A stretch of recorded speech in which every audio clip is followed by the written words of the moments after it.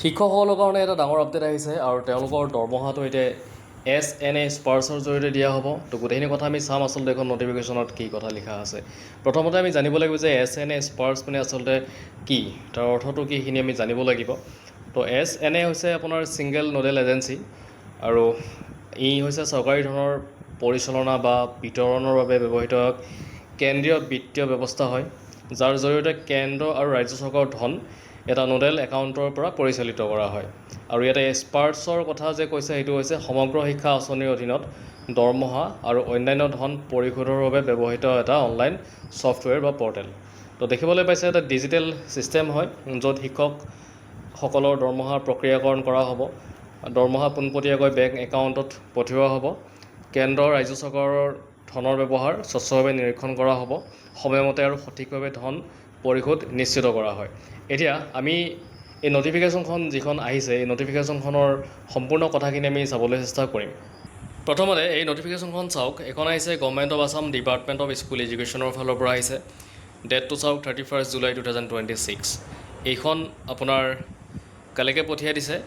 চাওক the director elementary education officer, the director elementary education Assam, আৰু ক'ৰ পৰা আহিছে joint secretary to the government of Assam.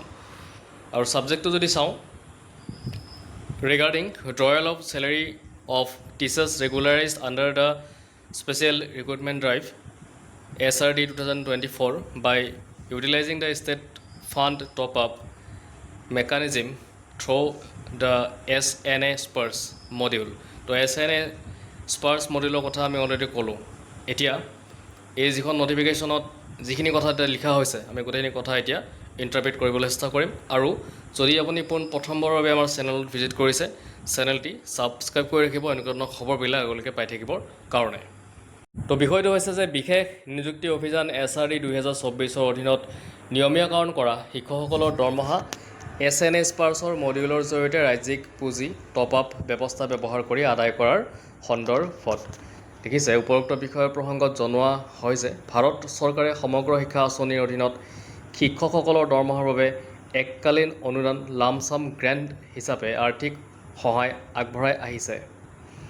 2026-27 বৰ্ষৰ বাবে প্ৰজেক্ট এপ্ৰুভেল বৰ্ড PABয়ে সমগ্ৰ শিক্ষা আঁচনিৰ অধীনত 25,296 জন শিক্ষকৰ বাবে আৰ্থিক সহায় অনুমোদন কৰিছে। ইয়াৰ ভিতৰত 10,267 জন SSA চুক্তিভিত্তিক শিক্ষক আৰু SRD অধীনত 2024 আৰু SRD 2025 অধীনত নিয়মীয়াকৰণ কৰা হোৱা 15,029 জন শিক্ষক অন্তৰ্ভুক্ত। ভাৰত চৰকাৰে এই 15,029 জন নিয়মীয়াকৰণ হোৱা শিক্ষকৰ বাবে সমগ্ৰ শিক্ষা আঁচনিৰ অধীনত প্ৰতি শিক্ষকক প্ৰতি মাহে 15,147 টকা হাৰত আৰ্থিক সহায় আগবঢ়াই আছে। এই সন্দৰ্ভত সমগ্ৰ শিক্ষা অসমৰ মিছন সঞ্চালকৰ পৰা লাভ কৰা এখন পত্ৰ অনুসৰি SRD 24 SRD 25 অধীনত নিয়মীয়াকৰণ হোৱা শিক্ষকসকলৰ দৰমহা SNA স্পাৰ্ছ মডিউলৰ জৰিয়তে ৰাজ্যিক পুঁজি টপ আপ ব্যৱস্থা ব্যৱহাৰ কৰি প্ৰক্ৰিয়াকৰণ কৰাৰ প্ৰস্তাৱ আগবঢ়োৱা হৈছে।